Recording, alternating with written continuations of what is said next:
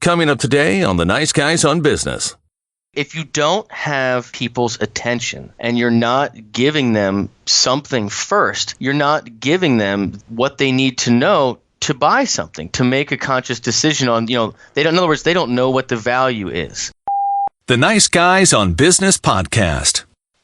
These go to 11. Need an education on how to grow your business? The Nice Guys are here to help. Learn about great customer service, networking, and how just being nice can help you prosper. Now, here are your hosts, Doug Sandler and Strickland Bonner. Hey, Nice Guy community, welcome back. Welcome back. It is the end of the week. It is Friday. And yes, I am still in Las Vegas. Oh my gosh, Strickland. I'm really not in Las Vegas, but when we record all our intros for the week on one day, anyway, my name is Strickland Bonner. On the other side of the microphone, Mr. Doug Sandler. I'm really, this has been a great week. Not only has the C-Suite Network, C-Suite Radio Network kicked off this week, but we went over 40,000 downloads in the month of January. I'm feeling good about that. I'm loving what our future is all about. I'm loving the idea of having some more regular sponsors as a part of the mix. Strick, things are going really well. What's gonna happen that's bad to us now? You see, Doug, that's the problem is you're always looking at the negative side. Like, instead of being happy about all of our successes, you're looking at, okay, what shit is going to hit the fan now? All right, that's all you can think about. Put that shit out of your mind. Yes, it may happen, but no, we can't worry about it. I'm so loving the positioning and the placement of where the podcast is right now. Second only to Tim Ferriss for probably the last month now on Overcast. Some kick-ass guests. Come on, earlier in the week, Gary Vaynerchuk. I mean, if you have not listened to that, go back and listen to that episode. Fucking rocks, man. I love it. I love what this is all about. I love what's been happening. I'm not going to be negative at all. And I'm not a negative guy. I'm a very positive guy. I'm just a big-ass worrier. I'm a big fucking baby. That's the problem. Well, it's okay, because today we got Michael.palmisano on, and he has created a website called GuitarGate. It's basically free guitar lessons. And by the way, you probably didn't notice this, but on his main homepage, there's a video of him, and he's playing guitar. He's playing a PRS guitar, which is made right here in Annapolis, Maryland. Do you know that Paul Reed Smith, the PRS, did you know I knew that? PRS stood for that? That's very good. So PRS Guitar, actually, they are a sponsor of GuitarGate. No way, really? Yeah, this guy, he's like a big deal. They have tens of thousands of people that subscribe to their lessons. Not only that, but Michael, he was actually one of my first guitar instructors. Did you know that? No, really? Yeah, he's a good guy. Yeah, we reintroduced each other he reintroduced himself to me, and then so here's what I said. Here's what I wanted him to do, because I know that he's a big deal, and he doesn't even think he's a big deal, but I know he's a big deal. Right. Because he wasn't really sure what exactly was going to happen as a result of being on the podcast. He had never done a podcast before, so this was the first podcast that he had done. I said, let's go easy. Let's start it easy. Just write me a post that I'll put on my website. Let's see if we can move the needle and drive some traffic to my website. Mm-hmm. Dude, this guy, hundreds and hundreds and hundreds of people he sent to my website. He has a community that is thoroughly engaged, and that's what makes GuitarGate so successful. It's that one-on-one service that you get when you feel like you are a part of a big legion of unknowns and a part of a big community that nobody actually sees you and hears you. That is not what you're getting when you get GuitarGate. Not only do you get a whole bunch of online lessons, not only are the number of the lessons and some of the easier, the entry-level stuff free of charge, but you also get direct access to guys like Michael. And he's a pro. He knows exactly what he's doing. I think they have over 50,000 students that are a part of his program right now. That's crazy. So you don't just talk about playing guitar and guitar lessons. You talk about, I'm assuming that, I haven't actually listened to the interview yet, but that you talk about how to create that community, how to attract those people, and how to build that kind of buzz, right? And even more so, which is really the cool part of the interview with Michael. We go behind the scenes, and he really talks about the struggles that he had, and he has a number of kids, and the kids were really small, and he was taking the big chance with doing this, and getting in debt, and living in the basement of his in-laws or his parents. I can't remember where he would live, but living in the basement of parents, and just all of the stuff that he had to go through, and the struggles that we all go through in order to be successful at what we do. And he really does emphasize the importance of just sticking with your plan, stay with your goals, stay with your dreams, and these things do happen. And he is a living example of shit can happen that's good to you if you just stay with your goals. I love it. Why don't we get to the interview instead of yapping on? Michael Palmisano right here on the Nice Guys on Business. All of us grow up and we want to be rock stars. Few of us actually have the tools to actually do it. But Michael Palmisano has worked hard to build his company to rock star status. GuitarGate, Michael's company, he's got over 70,000 fucking students. That's crazy. Sorry, I didn't mean to drop the F-bomb so early in the interview. Learning how to play guitar, major sponsorship from PRS Guitars, and booming like never before. Here to chat about going from rock bottom to rock star status and success, my good friend, Michael Palmisano. Welcome to the Nice Guys on Business podcast. Oh, Doug, so happy to be here, man. That's a hell of an intro, and I just want to say congrats on you just did episode 300. Now you guys are crushing it, up to 40,000 downloads a month. Wow, you actually do. You've done your homework, man. Dude, you have to. That's so cool. Well, sex, drugs, and rock and roll. That's totally all about what you are. No, that's not. That's what I used to be.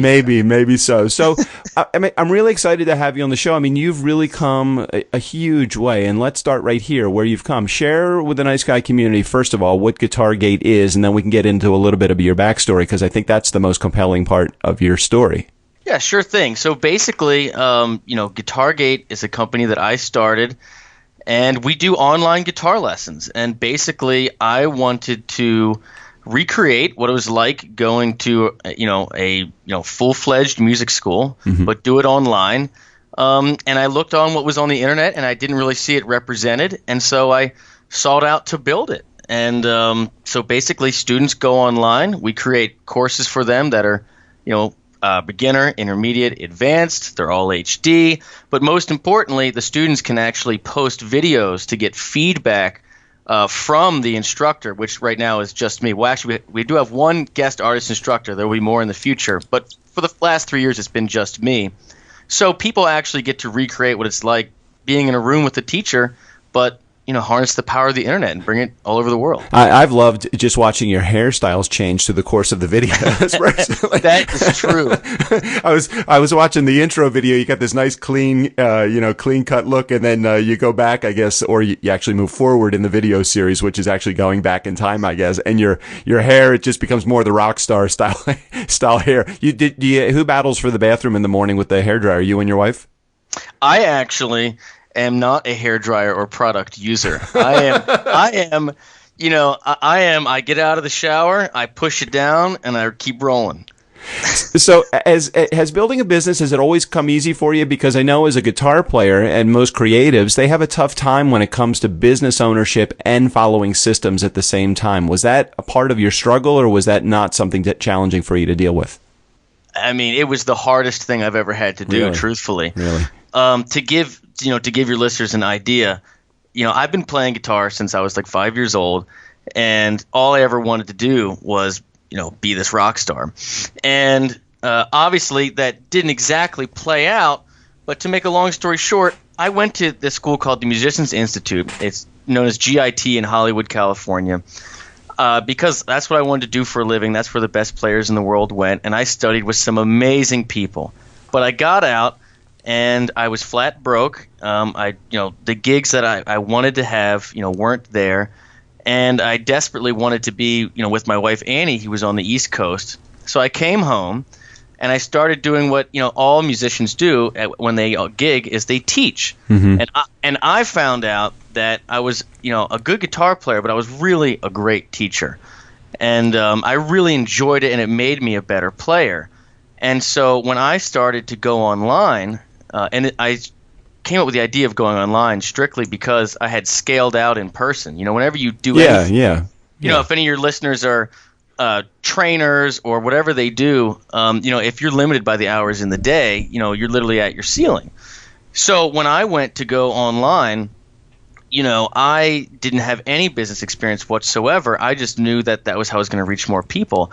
And I did what all musicians do when they go to make a record or any type of product. They put all of their passion and all of their energy into making this amazing product and have it be perfect and pristine before anybody can hear it. Right? It's gotta actually be coming from God's ears before anybody can hear it. Right. Right.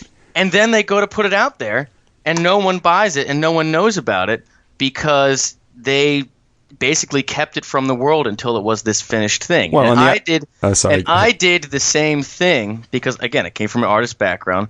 But with this website, I didn't do what most people did was that are doing now, and start with a YouTube channel, build a following first. All these things that you read about and you listen about on podcasts like this. I didn't do that. I went product first, and then had a very, very hard time. For the next about 18 months, we lost money while I was trying to sell it, and that was incredibly difficult. I mean, I couldn't imagine doing something harder, honestly. Well, and the struggle was totally there, and I think when I started my relationship with you, Nice Guy Community, just so you're aware, Michael is actually my first guitar instructor, and I think that the challenge was not for Michael in the relationship. I think it's exactly what he said. He was such a good instructor, but when you teach 60 hours a week, because I think that at the store that you were working at, you were their most prized instructor, weren't you? Like the most booked instructor that they had? Yeah, we were. I mean, I think I was the second one when that store opened, and we had a waiting list. I was doing 50, 60 students a week. Wow. And, I started this rock band program, which, Doug was actually a guitar player in this rock band program. Good times. But it was a good time. But like, every year that we did that, we were voted, the school was voted, the best music program in our county. So it went really, really well. But, we had scaled out. There was no, I just had a second child, and, that we needed to find another way to keep moving, So then entrepreneurship enters your gig. I mean, that completely comes into your brain, or maybe it had been there all along and you just didn't know how to figure out how to turn that into money. I don't know. So how did you discover that you needed to get out of there, which was a good environment for you in terms of just growing some knowledge base, helping you build your relationships, helping you build that muscle of relationship building skills. How did you take that and go to the next step then? All right. It was a great place. So it's important to note that, because you kind of touched on it, when you kind of crossed over, or maybe I knew before, I did always know that I was going to be self-employed. And it's interesting because no one in my family, I think your listeners will appreciate this, but no one in my family isn't self-employed, and no one does anything related to what anybody else is going to do. Wow. So when I was growing up, no one played an instrument and no one did anything musically, but I was never ever asked, where are you going to go to school? What would you, what kind of job would you like? It was always, what are you going to build? What are you going to make that wasn't there before? Right. And so that's how I raise my children now too. So, I always knew that I was going to build something. And I think that when you feel that you can do something, not doing it isn't really an option, because all you do is think about, how much I should be doing that instead of, what I could do. So as soon as I had the idea that, I should move online, and as soon as I believed in my heart that I could actually execute and be successful, it was over. Like I was all in, and I never even considered that I wouldn't do it. And even when things were terrible and we had no money and actually spent all the money we'd ever saved to make this happen, I never even considered for a second that it was the wrong thing or something that we shouldn't do. And to give you a little more detail, so I was a teacher, and I had been teaching for about 7 years, and my wife was a special educator at a local high school, and we had 2 young children at the time, and we had just started looking for a house at the same time too. And so I basically talked to her about it. I said, I think I can do this. With the money that we make, with our teaching skills, we're kind of already at our ceiling. So if we're going to take a shot, we should do it now. In worst case scenario, we're going to be, broke at 30 with 2 kids, but that's not that bad because we'll have jobs. A lot of recovery time. Yeah, right, exactly. And so, we spent, all the money that we had saved to buy a house for our young family to start this online guitar school with no experience whatsoever. And it took almost a year of getting built. And, basically, and at the same time, I know you know this because we already spoke a little bit, because I didn't have any business experience and because I had to borrow some money also from some members of my family to get this going, my parents, they also wanted me to continue my business degree, which I had not completed from a prior part of my life. Before I went to Hollywood to try to be a rock star, I was in business. I basically just stopped that to play guitar. And they were like, all right, well, we'll help you out a little bit if you go back to school. So at the same time that I started GuitarGate and risked all the money we had and was still teaching full-time, I also went back to school as a full-time student. Yeah, thanks, Mom. And I was a full-time gigging musician, 10 or 12 gigs a month on nights and weekends. So it was insane. Thanks, Mom and Dad. We really appreciate the money. Oh, by the way, thanks for the school. Damn. Yeah, well, you know what? It's funny because the student debt that I took on to do that, which I'm still paying off, was not commensurate with the amount of money that we brought in during that time period. Of course not. Well, so share what your biggest, if you feel like you could pin it back to a struggle or two, share with us what was one of those struggles. Just the fact that you didn't know systems, didn't know operations, didn't know how to business work, didn't know social media, didn't know. Were there a bunch of those all roped together, or where did you find that your biggest struggle came from? Well, I would say there's two things, and anybody that's starting, that wants to build something, especially online from scratch, but not just online, is that one, first of all, you have to know who your customer is, okay? So for me, because I had been a teacher for so long, I had known that middle school, high school, college boys were the ones that came through my room, right? So when I first started marketing to customers, that's who I was marketing to. And I couldn't figure out why no one would buy anything, even though the ones that did buy anything, I had these amazing reviews and I had, tremendous feedback. And it was because their parents bought everything. Yeah, right. And that they couldn't convert. So something so simple as that, it took me a long time to figure out, again, because I come from a music background. It wasn't intuitive for me. So I realized that the people that really bought my courses, that really got value from it, were the doctors, the lawyers, the dentists, the professional people that are 45 to 65 that can't make a 5:30 on Tuesday, that have the expendable income, have the time, and have always wanted to play and want to get better. Those are really my customers, at least right now. That is something I didn't expect. The other main thing is that, I kind of touched on it before, is that I started product first, and I thought that the product was this amazing website, which I had spent so much money, so much time building. And I found out that it was really me that was the product. It was really me on camera, me on teaching. But yeah, same thing. If you come from an artist background, no one wants to talk about themselves like that. It's like, oh, it's the music, man. It's the music. Right. And I was guilty of that. So I spent so much time in all my marketing efforts and everything I was trying to do, trying to get people to drive to this website and talk about how great this website is and how just wonderful it was, this, that, and the other. And if I would have just started 5 years ago making free YouTube videos and just getting people to know me and have it be free and get them to actually know, like, and trust me and all those basic things that they teach, I think I'd be 5 times ahead of where I am now. I mean, I think that's something that people really miss. All right, let's go back and emphasize it for a second. So what you're saying is build your community and then build your product. Yeah, if you don't have people's attention and you're not giving them something first, you're not giving them the what they need to know to buy something, to make a conscious decision on, in other words, they don't know what the value is.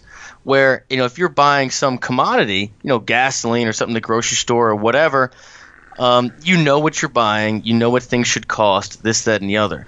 But, if you're selling some type of online digital content, I want to go on a tangent here just for a second. Sure. Because even when you walk into a bookstore, like a Barnes & Noble or something like that, people have a general idea of what a book is going to cost and what they're going to get, how many pages they're looking for, this, that, and the other. Like they have a tangible feel for that. Mm-hmm. Online courses, that is not the case. It is very much, a young gray area where people don't really – there isn't a standard for what people pay, how much content, or what price should the price be attached to how much video length. It's so many different things. So the only way to figure out who your customer is, to get them to know you, to get them to understand the value of your product, is to give it to them for free first and build a community and try to help them. And then when you do have something to sell, they'll buy it from you because they know what you're selling. What's really interesting is that we sampled this in action, and you were the best guinea pig that I could possibly have had in this, because I think that we approached your coming on this show slightly differently than I did, because I have a relationship with you, and I felt like if something flopped, that the two of us could chat about it and we could figure out something. So Nice Guy Community, this is what we went through, and Michael, you know this, so just humor me for a second while I explain what we did. So the Nice Guy brand sampled what you were all about, and I had you post on the website a guest blog, and you pushed it out to your community, not mine, but to your community. Right. Over 1,000 clicks later. 1,000 clicks. I mean, that's a lot of traffic to drive to somebody else's site. You drove 1,000 clicks to my website. You definitely moved the needle in a big way. What do you think the secret of that was? Is it what we just talked about building a community, or is it something else? Because you moved it the way no one else could possibly move traffic to my site except for me, and I'm the guy that runs the site. I appreciate that. And it's funny, I've never done anything like this before, and I just reached out to you because we're friends, and I had never thought about sharing my business struggle, because it's something I always kind of kept private. But I think it is kind of harkening back to what we just spoke about. The reason that so many people, were compelled to read the blog and share and comment and this, that, and the other is, two things. One, people really know who I am. The internet rewards authenticity, and if you really subscribe to the notion that social media is just it's one-on-one, just on steroids, that it's really not that different, and you can be exactly who you are and be real and talk about, real things with people and really try to help, that it really is just like building any other relationships, and they can be very, very strong. So that's the main thing, because I think so many people, especially in your world, in the people who are trying to sell business-related products, not guitar lessons, there's so many people that rent the cars for the video and take all the Snapchats in front of their jet airplane, and I get tired of that bullshit, because I like to see the struggle. For me is the story. I love the story. I don't know, that's just me. Yeah, exactly. And it's like, and those people, while they're helpful to a lot of people, they pretty much are only selling that to someone else. It's a marketing thing to sell other marketing things, where I think it is rare for someone to come in with a story like this where it's totally unrelated. I'm selling guitar lessons. So my story is much more palatable to people who maybe, aren't already in the online marketing game or trying to sell products online, who are like me. They're, maybe they paint, or maybe they are gym instructors, or maybe they, do whatever they want to do.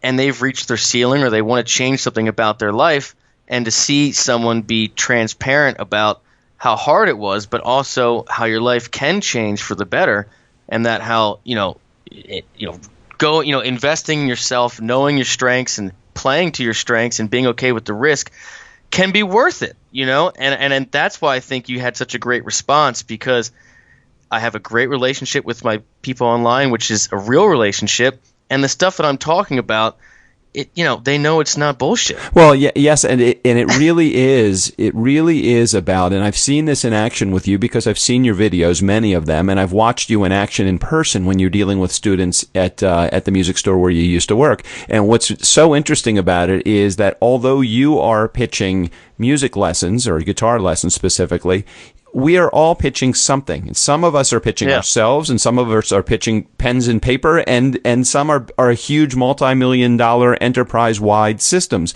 But it really all does come down to, do I know you? Do I like you? Do I trust you? Can I build a relationship with you? Are you on time for your appointments? Do you return your phone calls? Do you return your emails? Do you respond to me? Do you build relationships? All of that we all think, some of us think, and I know you're not this way, but there are many out there do. Relationships are just bullshit. It's not about that. It's about how cheap your product is, how great your service is. It really is about how well you can communicate with people to build that relationship. It's true. And I think that, now again, I'm a little late to the game in that I started, 5 years ago or something like that. But when I started, I, like we spoke about, took the opposite approach where I had the product first, and then I was running ads, and I was working on my ad copy, and it was this. I wasn't trying to build any type of relationship, and I think a lot of it had to do with that.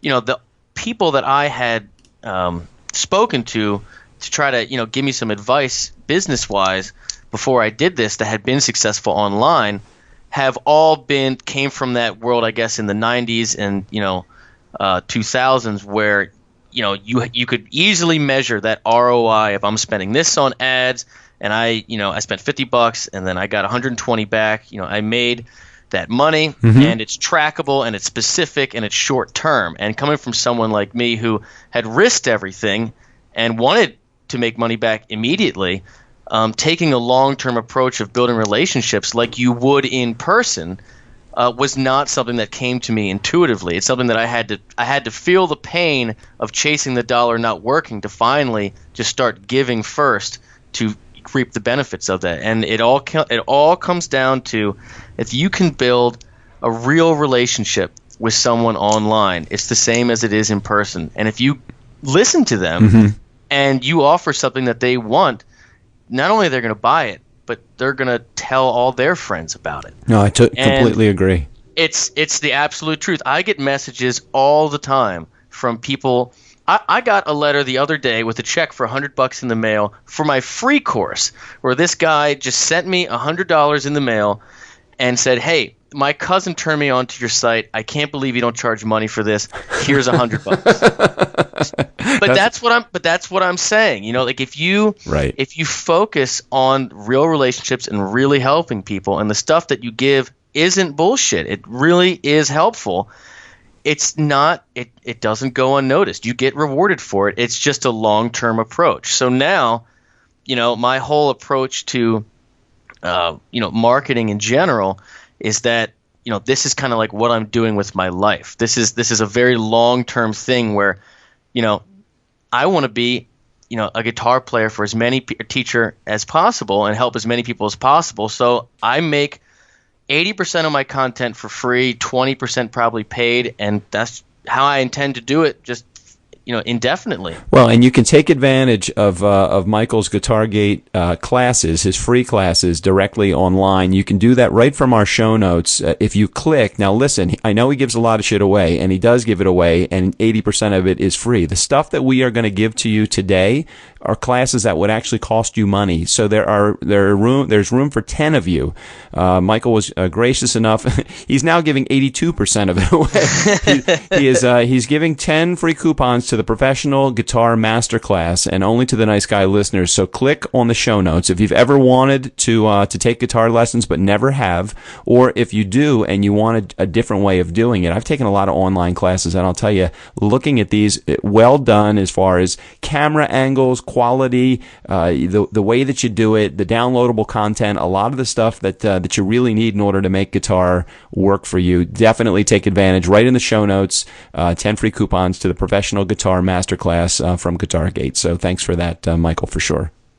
Oh, you're very welcome. I'm very happy to do it. And just so your listeners know, If you have any questions about it, if there's any way that I can help you at all, you can shoot me a message at support@guitargate.com, and I'll do my best to help you in any way. And yeah, I'm here for you, so good luck. Every one of the comments that was made on his guest post on my website, I couldn't believe you had to monitor that because I didn't give you any admin rule privileges to my site. So every time there was somebody that made a comment on my website, I get a ding on my email. I don't know how Michael found out about it, but he just saw that he got an email and he ended up commenting on every freaking comment that was made, and there was dozens of them. So. Incredibly well done. Thank you, Michael, for doing that on my site. Oh, you're welcome. And you know what though? But I'm telling you, it's the extra steps like that make your relationship stronger with people. And so, like when I go and I make videos or any content, whether it's on YouTube or on Facebook or on Reddit or whatever, not only do I just post them up, but I also share them into any relevant groups or anywhere on the internet where I think my audience would be. And obviously you have to know where that audience is. And then I jump into the comments and I respond to every comment, every email. If you post a video to me, as your instructor, I will actually watch the video and I will give you real feedback and try to be helpful. And those little extra steps people notice because no one does it. Completely agree. All right, so take off your GuitarGate hat for a second and put on your entrepreneur hat for just a moment here. I'm going to ask you 5 questions, and I ask you to keep your answers brief because I want to try to make it so that it makes sense and completely absorbable in the next, if that's a word, absorbent in the next 2 minutes. Here we go. All right, Michael, be relatable. What do you suck at? I suck at marketing. I suck at selling myself as a product. I'm very bad at putting it into words or figuring out that whole thing. I am much better at just being on camera and being me. I'm going to get you in touch with somebody that works with us a lot, so that you can, because I think it is something that you are actually good at, but you just have to turn the switch a little bit, so because you are actually good at it. I appreciate that. Be transparent. How did you pay your bills when you first got going? I think you already told us, but just fill us in one more time. Oh, well, I mean, when we first got going, I had planned for about 6 months of expenses, but then we lost money for about 18 months, and we had to rely on friends and family for a lot. And, for anybody out there that lets a business fail and they haven't had to swallow their pride and ask their family for money, then I guess it was probably never going to work in the first place, but that's what we had to do. Very humbling, I know. Be confident. What do you do as an entrepreneur that's as good as it gets? I think that I communicate things that people think are incredibly complex in very specific, clear ways that they understand. I get messages from students all the time that they've been trying to figure something out for 10 years and they watched a 5-minute video and now they get it. Oh, that's very cool. Be humble. What experts did you need to call upon to make shit happen? Well, honestly, one of my main influences has always been Gary Vaynerchuk. That's pretty much my go-to guy. This all kind of started after I read Crush It. It was not a small part of the catalyst to get me going.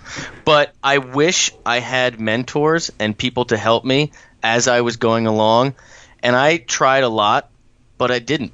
So if anybody out there wants me to help them, I'd be more than happy because I wish someone would help me. Shoot me an email. That's amazing. All right. So as a business owner and an entrepreneur, put these into priority order. Okay. So I'm going to give you 4 things. So you have to think about these: employees, customers, products, systems. So put those into priority order: employees, customers, products, systems. Well, it's obviously customers first. You don't have anything without the customer, right? And I think that the more the internet comes together, the more the middle is being taken out. It's going from product just to customer, right? Mm-hmm. So I would say customer and then product. I've never had any employees. I've always been my own employee. So I would say, customer, product, then systems, and then probably employees. But I can't really comment on employees. It's not a bad thing not to be able to comment about employees. I've never had any. I don't want any employees. I just kind of like doing my own thing. Yeah, I really wouldn't know what to say. Although, generally speaking, if a certain employee is the face that the customer sees, if you go to some store and that's the relationship that that's the point of contact, then I would say that's extremely important. It might even be ahead of product because, like we talked about before, it's your customer and then your relationship with that customer. So if that's the employee's job to, foster that relationship, then I would put that ahead of product. But I have never had employees.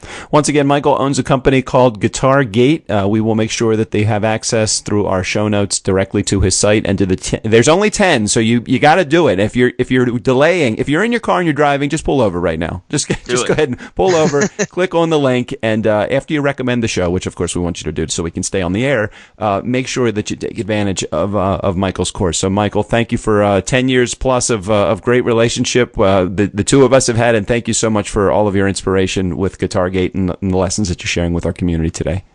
Oh, you're very welcome. And thank you so much for having me on. And again, congrats for your success with this 300 podcast. That's a lot, brother. I'm proud of you. Thanks, man. Awesome. I appreciate it. Nice guy community. Sure. Never underestimate the power of nice. Again, special thanks to Mike Palmisano. Steve O'Brien, go ahead and take us out of here. For the nice guys on business, I'm Steve O'Brien. Because it's such a fine line between stupid and clever.